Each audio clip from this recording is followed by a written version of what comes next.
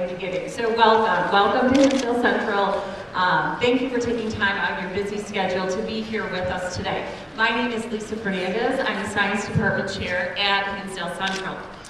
On behalf of District 86, Hinsdale Central, and the STEM Summit 2014 Engage Your Brain Planning Committee, we welcome you to this year's conference. We've been planning this since October, and we put a lot of time and effort into it, and we hope that you enjoy all that we have in store for you today. Our superintendent of District 86, Dr. Bruce Law, is here to welcome you as well. So please give Dr. Law a hand. Thank you, Lisa. Yes, welcome to Hinsdale Central. Welcome to Hinsdale District 86. You know, it's irritating when administrators stand up and say things to you that you already know as if you're learning it for the first time, like STEM is so important. It's important to our future, our country, all those kinds of things. Everybody knows that. What people don't know, unfortunately, is the dedication and the hard work that you put into making all this happen. What they don't know is that it'll be because of people like you and days like this that we'll be able to create these kinds of opportunities for our students. So that's the thing I wish more people knew. So thank you for coming, thank you for taking your time, and thank you for what you do for all your students. And I know you're not thanked enough either, by the way, which is also irritating. I'd like to thank Lisa Fernandez and the Science Department here at Hinsdale Central for all the work that they've done, put this on. It'll be, I think it's going to be a great day. I hope you enjoy your day, and thank you again for coming.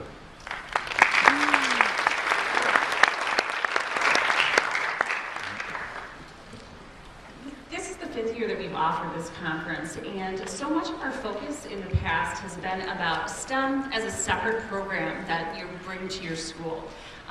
One of the things that we decided this year as part of the planning committee is that we want everyone to understand that STEM is not a program that you bring to your school. It's a way of education. So it's not just we have a STEM summer school program, we have a STEM after school program, we have a STEM course. So one of the things that we hope that you get out of today is that STEM can be incorporated into your daily lesson plans. So when we think about STEM, we've got, of course, the S. So I asked myself, okay, you know, what is science? What's the definition of science?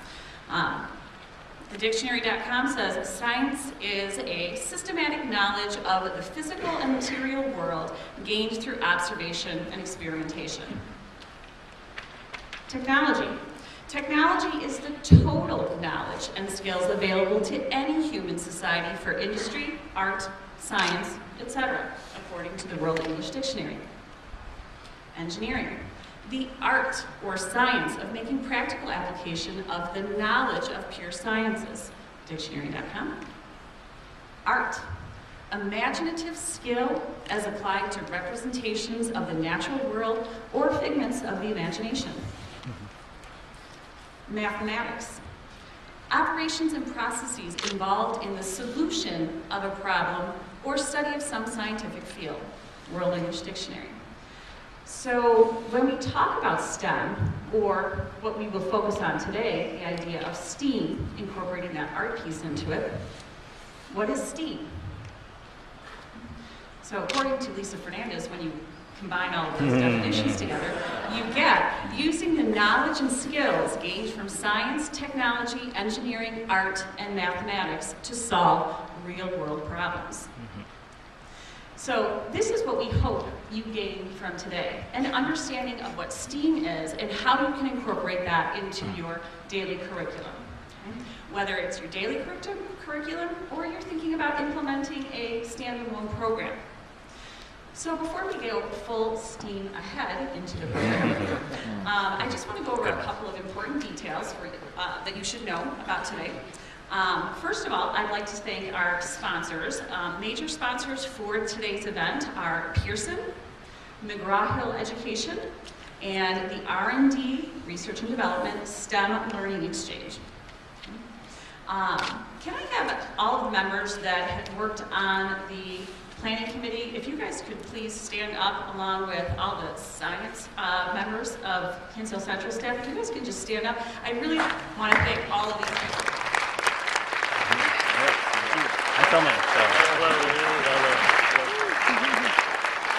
Thank you. In addition to that, working really hard behind the scenes that very often don't get thanked would be our buildings and ground staff here, our technology staff, our administration. I'm so thankful that our administration is so supportive of putting on a day like today, that we couldn't do this without their support as well.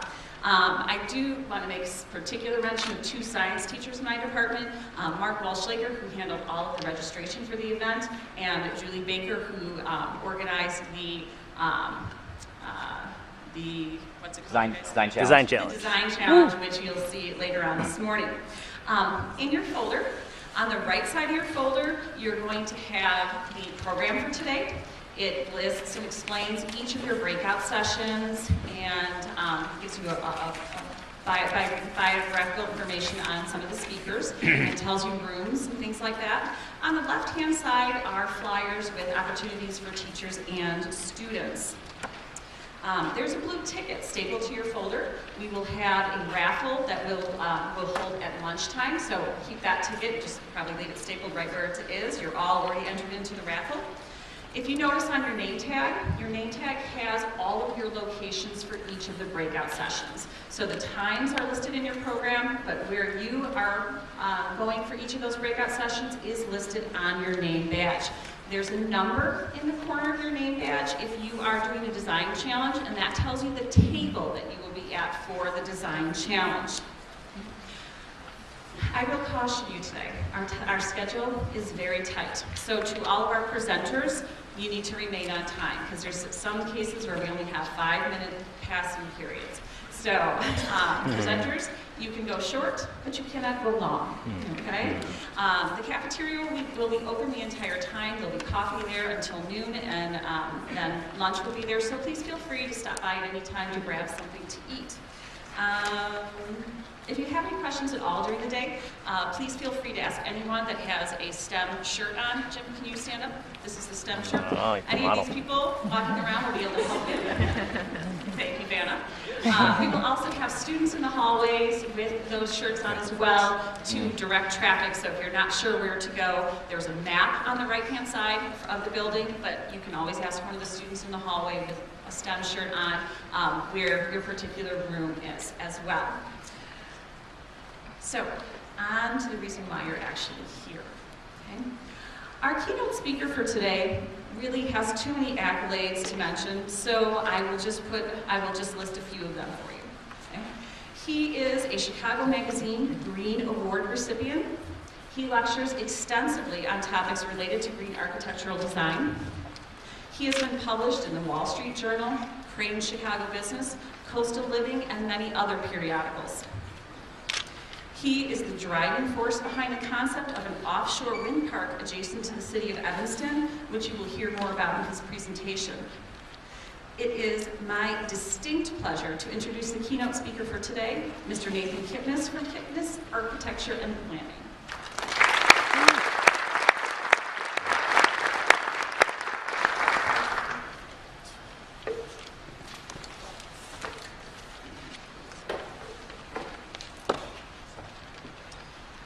Thank you very much, Lisa.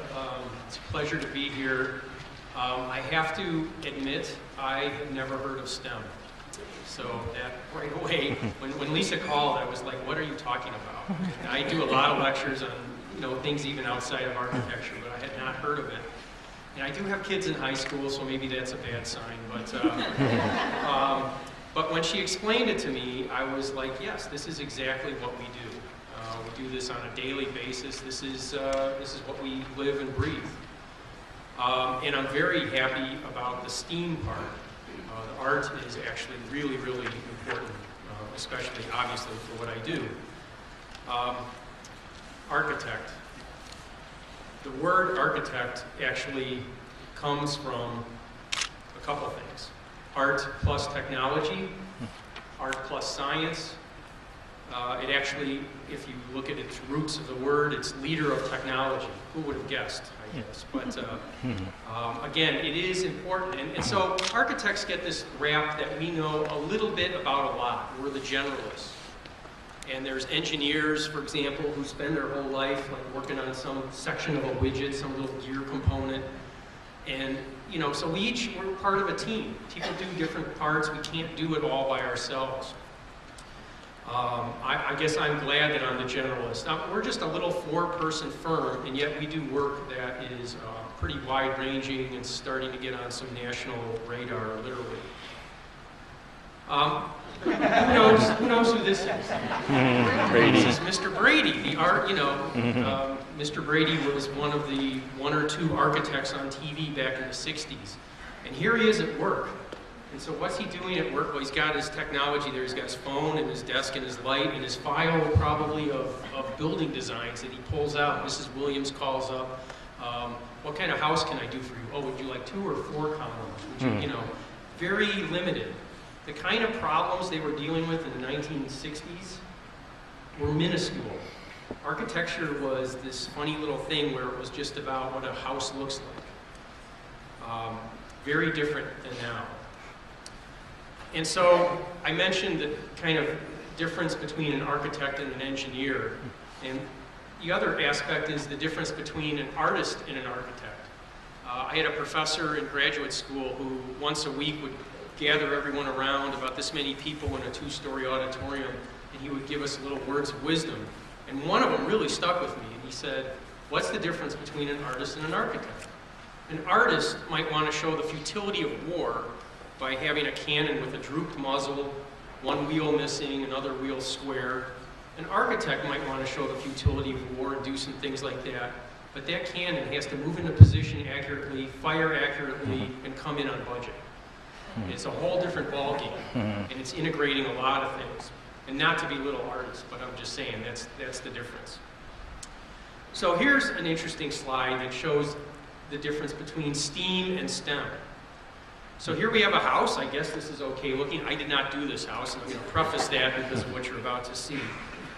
This won some award for a near zero energy home a couple of years ago in the Midwest. I'm not sure where this house is. Well, how did they do it? Well, let's look at the back of the house. I would say not well.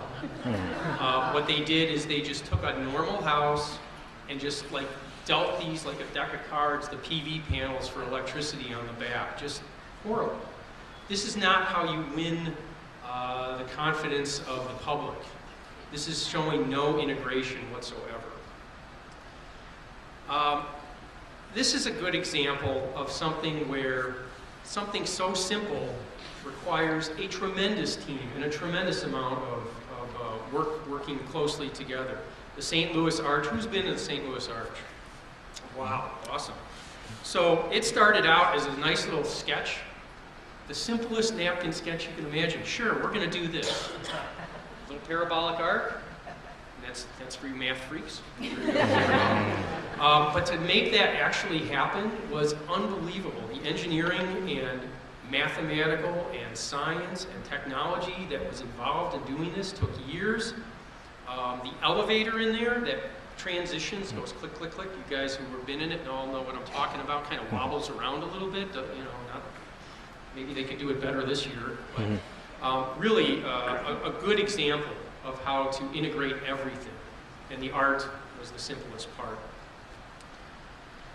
In my small firm, we do things outside of just architecture. We're involved with many things, and many of them having to do with making the planet better.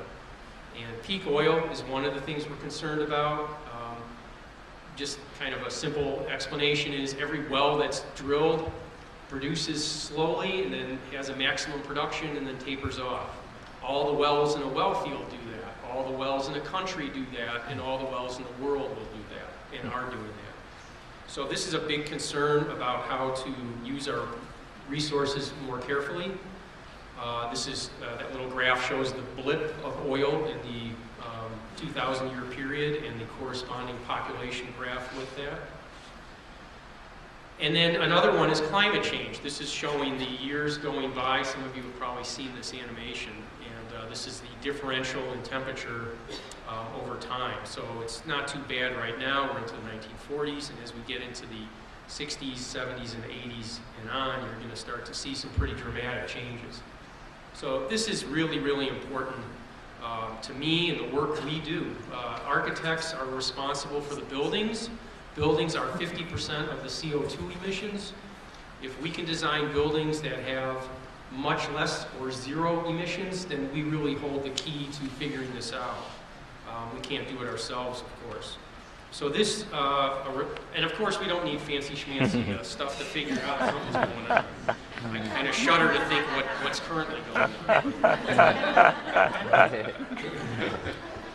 Anyway, you remember those old pictures of people running into the lake in their wool outfits? Yeah, not anymore. Another aspect of what we do related to that is the 2030 commitment. This is something that the American Institute of Architects started. It was started from the 2030 Challenge, which is, the basic goal was by 2030 to have buildings be carbon neutral. And so right now, we're trying to do buildings 60% less emissions than a typical building. And every 5 years it goes down 10%. This is very, very difficult to do. You can see on the left the buildings being indicated about 50%, transportation and industry the rest of that. And the last one is water resources. And these are all very interrelated, believe it or not. We're very lucky here in the Midwest, and especially around the Great Lakes, to have tremendous amounts of fresh water. But you know, all you need to do is turn on the news. You're hearing it day after day out west. I'll explain a little bit more about that. But these things, to me, are all interconnected. They're enormous problems that we try and address in the projects we do. Architecture is problem solving. By definition, that's what we do. My first classes in school, the very first class I walked into in college was called Problem Solving Design 101. And that's really what architecture is. So I'm going to give you some examples of some projects that we've worked on and how we've solved them. Some of these are ones that we're able to do in-house completely, but a lot of them we rely on a lot of consultants helping us out who have specialized knowledge. So the first one is to design a low-energy, low-impact, healthy vacation home that relates to its context. And so this was the house we designed. This got an award for Home of the Decade from Natural Home Magazine. So I want to hear some people say what they think this looks like, abstracted. There are no wrong answers here, so just yell it out. Bullseye. All right, good job. I'll get you the 20 bucks later. So what this is a 21st century barn, but what we do in the office is we actually look back in time to how buildings used to be built before cheap energy was available. How were buildings built before World War II? So we look at that, and why pick a barn? Well, this is up in Sturgeon Bay. Really the key thing was natural ventilation for the home. And so the shape of a barn traditionally is perfect for that. It's made to dry out hay and get the smell out of the barn. There's those ventilators on top, and the shape of the roof brings the air up. So what you're seeing is those curved roof forms bring the airflow up, and there's remote controls up at the top to let the windows open. You just open a few low windows, and you get this beautiful convection flow of air through there. We didn't design it with air conditioning. The husband begged me to put it in the bedroom, so there's one little air conditioner there. He didn't think this was going to work. He claims he's never turned it on. I don't know if he's just being nice to me or not, but it works really, I think it works really well. The other thing is that angled roof there is for future photovoltaic panels, so that's set at a perfect angle. So even though this looks like, hey, these are crazy angles, they all have very specific thoughts to the architecture of why we're doing it. And here is that traditional barn. And so when we look at, people talk about wanting to go off-grid. There was no grid to be on when this was built, right? So how did they do it? Well, the materials came from within 5 miles maybe. They just cut the trees down. You know, no one was shipping wood from China or from California or anything like that. The food is being grown right there. There's a little bit of a pump from the wind turbine for water. And again, those ventilators are on top. So this has just got it all going on. Very simple though, very simple form. It's actually the culmination of generations of thought on how to do this. And that's the interior. You can see Lake Michigan right out the window. Great. Yeah. They do rent this out, by the way. It's not radiant floors and ceiling fans, very low tech. This is not about being like going crazy with technology. Appropriate technology is what we're using here. Wood burning stove, just really nice and fun. So here's the next one. Design a very low energy impact residence that fits into its challenging site.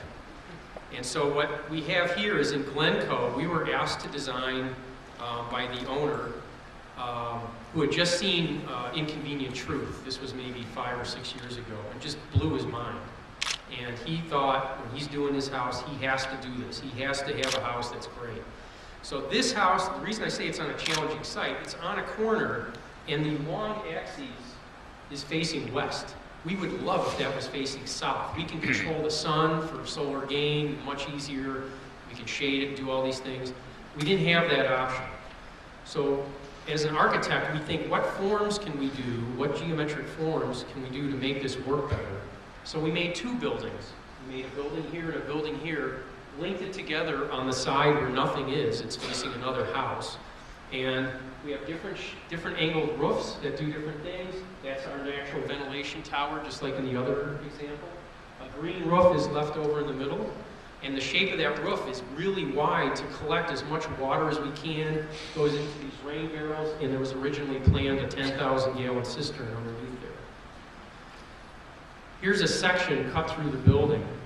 In the sun in the winter, the low sun, we know the sun is low in the winter, it comes in, and actually that roof angle is exactly 26.6 degrees, skips right off of that. Solar thermal panels are on that right side. They are angled for the low sun. We have connected that to the radiant floor system. So we want to maximize it in the summer. You saw in the last picture, it's a metal roof. So in the middle of the year, the sun skips off of that at that angle and hits the photovoltaic panels, little turbocharge, a little extra power. I have no idea if this works, but I'm taking full credit for it. And then in the summer, the high sun is set up a certain way. We shade the building to reduce the required cooling on the building. And also the PV panels are laid back, so they're more optimized to that high summer sun.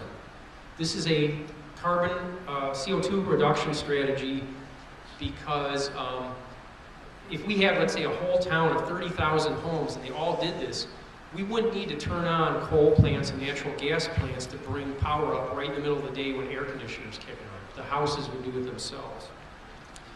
This is a solar animation that's going to show the sun going by, and what to look for here in this summer is the shading going on. The sun comes right up to those windows and doesn't go in. So a lot of geometry going on here. In the winter, the low sun blasts right into all those windows. We can also scrub the QuickTime video and see exactly what time of day we're getting shadowing. And, hey, you need to trim that tree. It's kind of at that level of thought. This is the house. I think it came out pretty good. Wow. So this was the second LEED Platinum home ever in Illinois. And it was done at market rate. In other words, it cost the same as any other house in the neighborhood. They just decided not to have a home theater. They had different priorities. And now you can just make a home theater for a couple $100, I think. That's the interior. Anyone saying these green homes don't look good, I would take issue with that. Recycled barnwood floor, real super efficient fireplace, again, ceiling fans, efficient lighting, controls, simple stuff. And that's the green roof.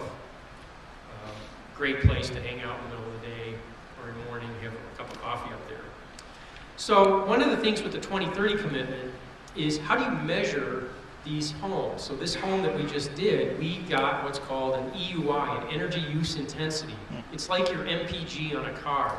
It's how we compare houses to one another. So the metric is how many thousands of BTUs per square foot per year. This square foot, how many thousand BTUs does this thing take for the whole year?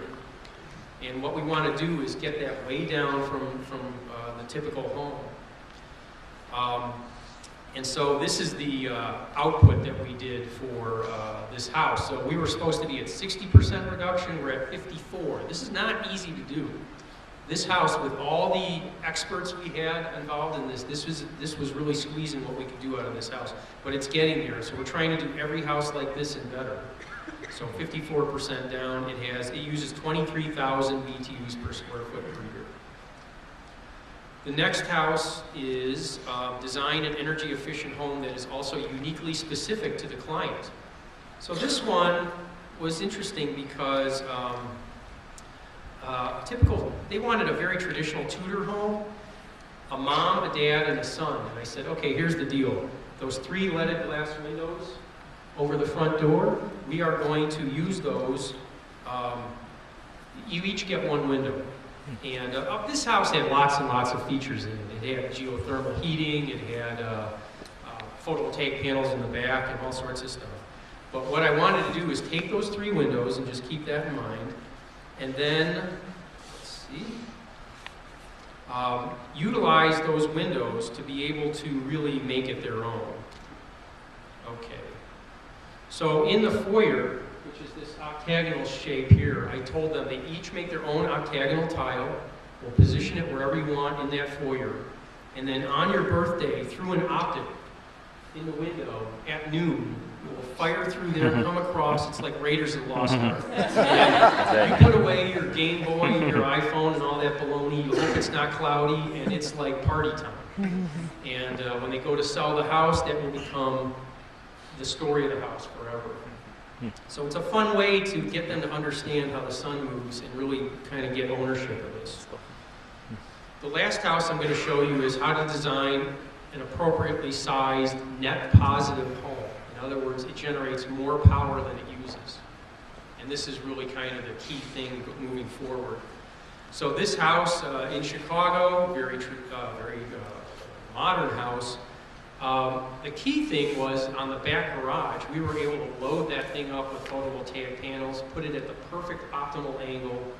This is a 6.2 kilowatt system, and what that does is it provides all the power they need for the year, plus a little bit more. Enough, in fact, to partially charge their Leaf electric car, which I actually have plugged in over the loading dock right now in my car. And so he not only does this here, but he owns the restaurant Uncommon Ground, which has been voted greenest restaurant in America 2 years in a row now. They have the iGo solar charging station. So he takes his car from here, goes to work and charges up. He is the only solar-powered, 100% solar-powered car in Chicago. It's very cool. So this is what we're starting to see from companies now is how to make the house do more than just be a house. And so this is showing from Ford, and Ford is integrating this with a lot of other companies now. If you look at the bottom, it says, well, at the top, it says produces an average of more than 3,000 kilowatt hours of electricity per year, enough for 1,000 miles of driving per month. That's similar to what we're getting from that house. And so that's vehicle to building integration. This is like the big thing coming. This is kind of an overview of what can happen with cars. This is from GE. And like I said, there's a lot of big companies working on this. So you might get an electric car, and the car might cost some amount, but you could get it for maybe 2/3 that cost if you agree to plug it in and let the grid moderate itself through your car. Use your batteries as a moderator for the variability in the wind turbines and everything else. The appliances can be interconnected in the internet to figure out what time is using the lowest carbon electricity or cheapest power, whatever you want to do. And this all talks to each other, you know, smartphone enabled, amazing stuff is coming. And this brings me to the last project, and again, we are a very small architectural firm, and yet we've been working on this. This is the Evanston Offshore Wind Park. The problem was how to reduce Evanston's carbon footprint. I was asked to serve on a committee, to be the chair of a committee in 2007 for renewable energy, and our group came up with a climate action plan. And, you know, how do we do it from, you know, water reduction and waste management and building efficiency and everything else, transportation. So about 220 items were part of that. We were trying to reduce Evanston's carbon footprint by 130,000 metric tons. And so of the 220 items, there were things that were half a ton, 5 tons, whatever. This thing is multiples of that. And so even though it's a long-term project, it was impossible to ignore it. So why did we want to do this? Here's a Leaf being charged up, electric cars. The idea is to get more and more things into electricity because renewable energy primarily produces electricity. And transportation is almost all oil fuels. So you remember I was talking about peak oil. This is a way to move off of that and get more transportation to be charged up and to just utilize more renewable energy. And so just to compare it to some other forms of power, and I love this, this is my best slide. I love the picture of the guy, just double down on what's going on. Smoke while you're in the coal mine, why not? So coal is the dirtiest form of power right now. So and you can see the CO2 number. I'm not going to make you memorize this stuff, but about 2,200 pounds per megawatt of power produced. Very dirty. And has tremendous other problems. I mean, you only have to look at the news for the last 3 weeks. Fly ash spills and this, the chemicals to treat coal leaking into this river, wiping out, entire river, going all the way out to wherever it ends up. And then just getting this fuel is mountaintop removal, which you see the image there, and you see the after effects, and moving this fuel. This is coming from Kentucky and West Virginia and Wyoming and a little bit from southern Illinois. How does it get here? Tremendously long trains. And it's not that dense of a fuel. I mean, that's why you have so many carloads of coal. It has to move to get into position. And it's a 19th century product. This is burning rocks. I mean, when you really think about it, it's burning rocks to make power. Natural gas is half as much CO2 per megawatt of power. You hear that a lot, that coal is this clean power. That's still not a great number. And that's kind of your father's natural gas. That's not really what's going on now, but we'll talk about that in a minute. What you see in the upper left is a offshore natural gas platform. This was its first week in operation and its last week ever. It blew up and sunk off of Brazil. The reason we're seeing stuff go offshore, like in the Gulf, we're seeing for oil, for natural gas, we're seeing mountaintops blown up, and we're seeing fracking, is the easy oil is gone. The easy fuels are gone. And so we're trying to figure out ways to deal with that. And then we get to fracking, which is the way that you're hearing about this more and more now in the news. This is the way that they're getting natural gas. And you see those commercials with that, nice-looking woman explaining how clean all this is on TV. I would beg to differ. This is like a military frontline operation. You see these generators there to produce the power, and all diesel, 80,000 horsepower apiece. And then the waste and the water. The water is about 2 to 8 million gallons per well, and there's about 45,000 wells in Colorado. So, I mean, it's just using up what little water they have in the West now. So, and you can see the waste in this bottom picture, and you can see the kind of plastic eroding. This is not really holding in anything. And then the last one is nuclear power, which is, professed to be zero emissions and zero everything else. Of course, the big problem is it has waste problems and accident problems. So this picture on the left, I believe that's the world's first totally radioactive Prius. That kid will be getting out of therapy shortly. So the nuclear power is a problem. The other thing is in the last couple summers, the water in the ponds has gotten so warm that they've actually had to reduce their power output. So right when they need it at most, we're needing to look at renewable energy. So we get to wind, and wind really has zeros everywhere, zero emissions. Somehow it claims it's 68 gallons a megawatt. I don't even know what that's from, but very minimal impact. And the power is coming right to it. Let's try and develop a power source that comes right to us. So solar and wind are great. So here's the overview of the wind park. And the idea is about 40 turbines, 5 megawatts apiece, 200 megawatt turbine array, and that would be enough power at its lowest wind that we believe is out there. We think it's actually much better than this, but it would provide enough power for 59,000 homes. Evanston, for reference, has 30,000 homes, and it would abate about 500,000 metric tons, so about three and a third times our goal. So here's some fun math. Why go offshore? Well, when you can get better wind goes up. If you double the wind, you get 8 times the power. It's a cubic relationship.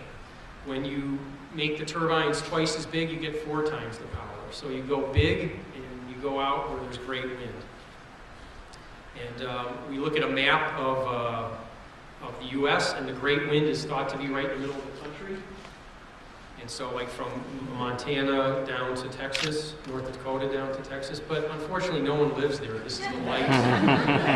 So the effort to get that power to us starts to put us back to like shipping in coal. The political nonsense that would be required to get those kind of transmission lines over here is just epic. It's why T. Boone Pickens kind of punted on the idea.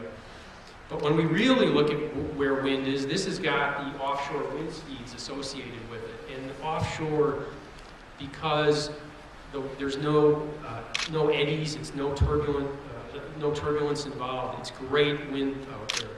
And where do all the people in the country live? On the waterfront.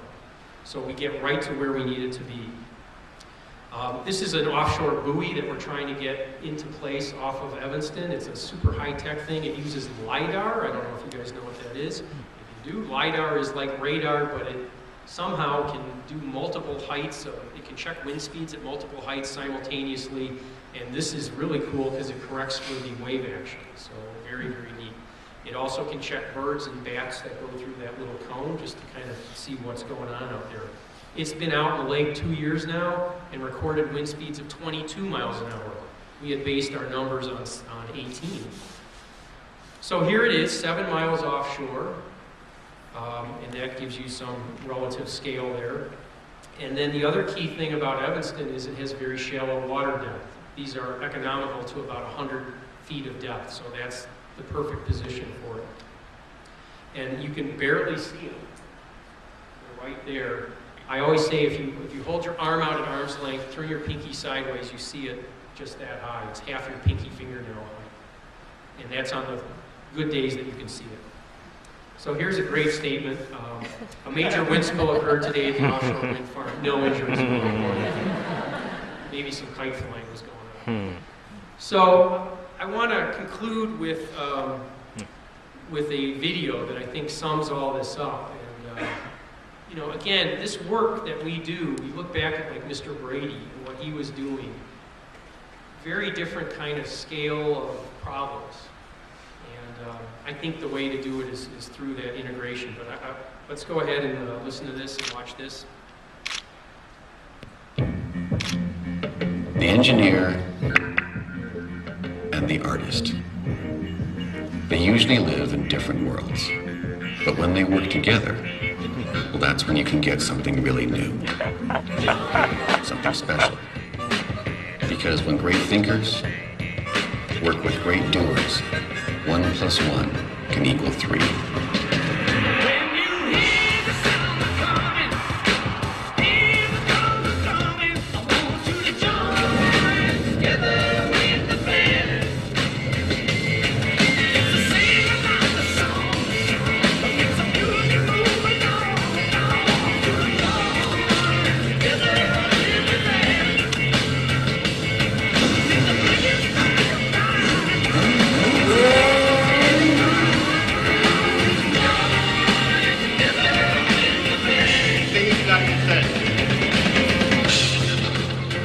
PlayStation for your own time. We're trying to shoot a movie here. Sorry. All right, sound ready? Just lean in. Go.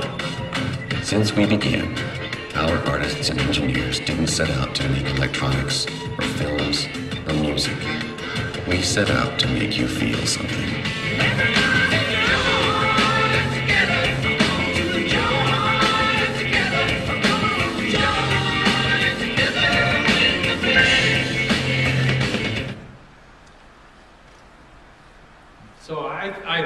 I think that's really great. I think that's kind of representative of kind of where we're at. You could see other companies, Apple, Nissan with their electric cars, Tesla really pushing the boundaries. This is the world we're in. It is some significant, serious problems. The ones I showed are just the ones that are what I enjoy working on. There's a whole smattering for anyone to pick from. There's tremendous problems that we need to deal with. And the only way to do it is to integrate multiple disciplines. So you people are the key to this. The kids are the ones that are going to be facing all this. It wasn't like this when I was little. This is where we're at, and they are the ones that need to deal with this. And they need the knowledge and the confidence and the ability to integrate all this and come up with solutions to these problems. Thank you.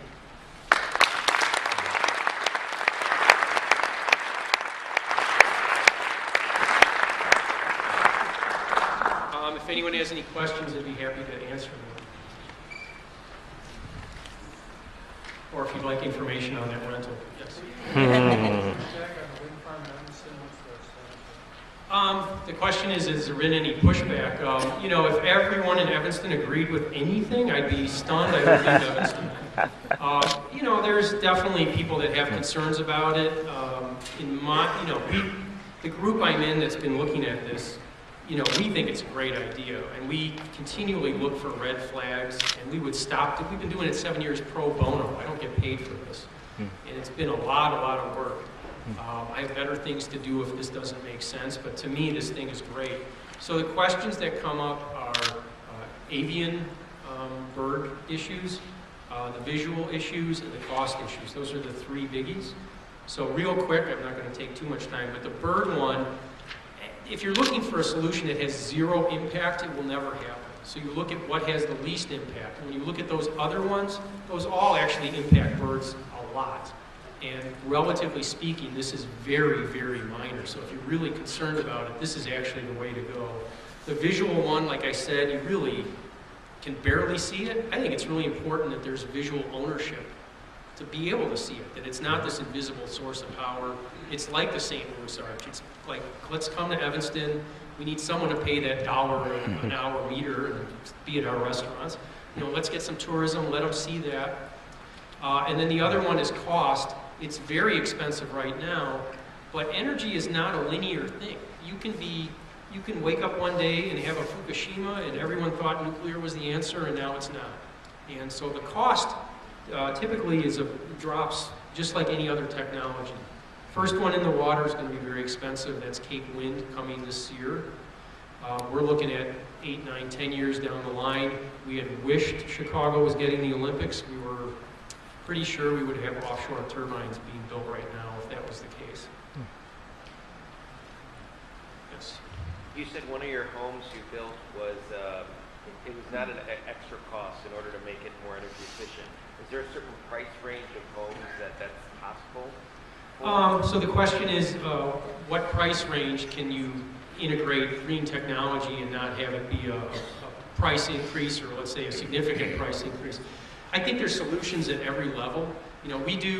Our architects have a rap of being involved in super expensive homes, but in reality, we also do very inexpensive homes. We're involved with affordable housing, government programs, and so there's a whole series of techniques that you use at that scale.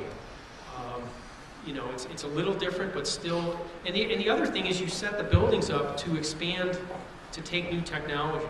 So maybe they can't afford the solar photovoltaic panels now, but you put in a $200 conduit so you don't have to rip up the walls, and it's all set for them to run a wire through it.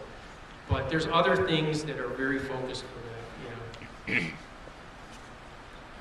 What would your budget be in one of those houses? How much would it cost? Without getting into too much specifics, those are actually pretty, they're pretty reasonable. I give this lecture at Mother Earth News, so if I say anything that's like over, $30,000, I get organic tomatoes thrown at me. But some of those homes were in the upper 400s to over $1 million. I just wondered if you could go one for around 300,000. Well, like I said, there's solutions, appropriate solutions at each price level.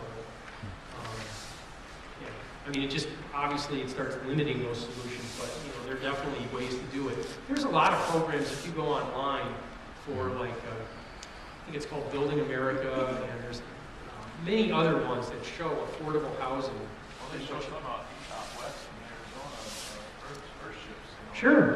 Recycled material. That's part of my other lectures. Earthships are great. They use tires, waste tires. They actually get paid to take the tires.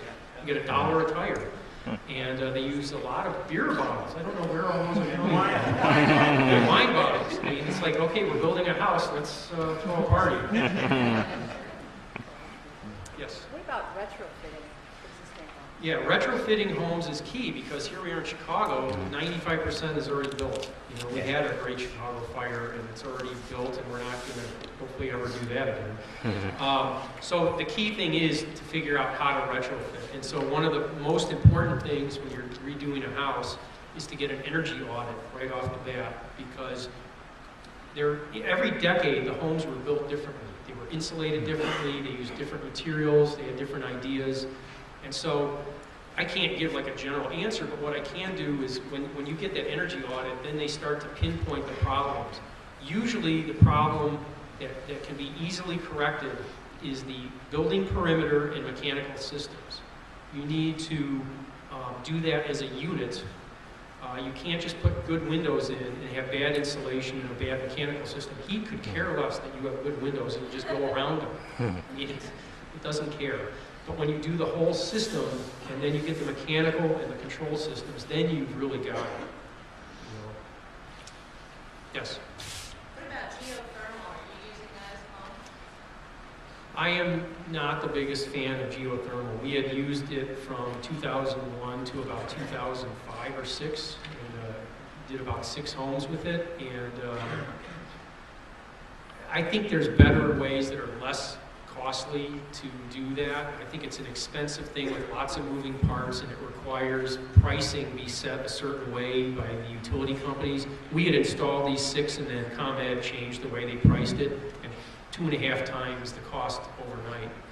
And I got a lot of very angry phone calls, and we kind of swore off doing it. The only benefit, kind of jokingly, that I see is when you're done with your house, you have the big party, the husband goes, hey, look what's in my basement. Holy cow, you won. I mean, there's so much equipment on that. But really, I would rather use that stuff, use that money to think of things passively. How do you make the house get natural ventilation, natural daylighting, passive solar, things like that are zero or very little cost to do. And actually, are fun too. You know, when you get natural daylighting in the house, helps kids study better. There's a lot of good reports on that. Yes?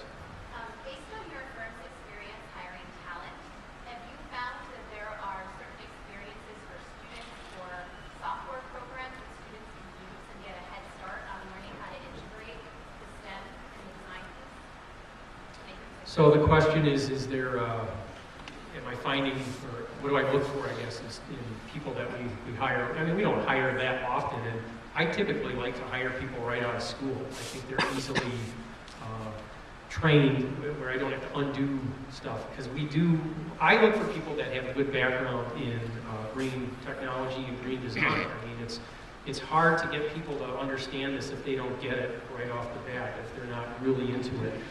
As far as like programs, I mean, we have our CAD programs. We use Vectorworks. I know a lot of people use AutoCAD and Revit and stuff like that. But a lot of these software packages are starting to integrate energy analysis into them. And if they don't do that, then there's other packages that you can get. So there's a list at the Department of Energy as a software list for energy modeling. And to me, that's a really, really important thing, is to understand how to do that. We have a high school intern right now, and he's helping us with our 2030 commitment analysis using a little free program. If you want to play with this, it's really great. It's from UCLA called HEED, H-E-E-D, free download. It's what we use in the office. And it's really, really easy to use, and gives you a good idea of what you're doing. Like, put a window in, what did it just do to my EUI number? Rotate it 30 degrees, what did that do to it? Any other questions?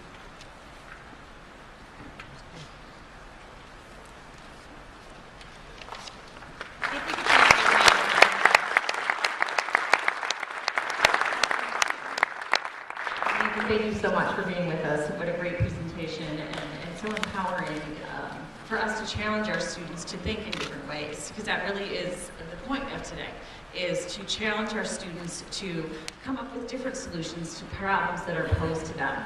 Speaking of students, we actually have students here from Hinsdale Central, from Stevenson High School, from Niles North, and from IMSA that are displaying their research in the hallway. And you'll see their posters and the actual research that they have conducted themselves. And so please feel free to stop by and chat with them and ask them about their research. That's what they're here for, because that's really what today is about, is empowering students to do great things. There was one other detail. CPDUs, I did forget to mention that. You have an evaluation